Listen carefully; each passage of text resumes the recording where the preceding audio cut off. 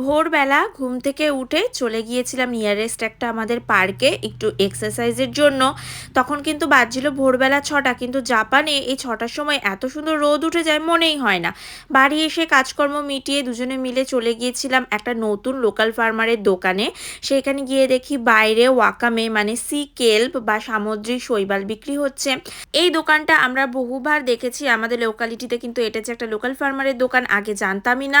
তো এসে দেখলাম সবজিপাতি এখানেও খুব সস্তা, আর এখানে খুব সুন্দর সুন্দর বাঁশকরল উঠেছে, যেটা জাপানিজদের ফেভারিট একটা খাবার। তো বাড়ি এসে আমরা সব সবজি দিয়ে আর সামান্য একটু ঘি, দুটো লঙ্কা দিয়ে একটু নর্মালি হালকা পাতলা ভাত করে নিয়েছিলাম।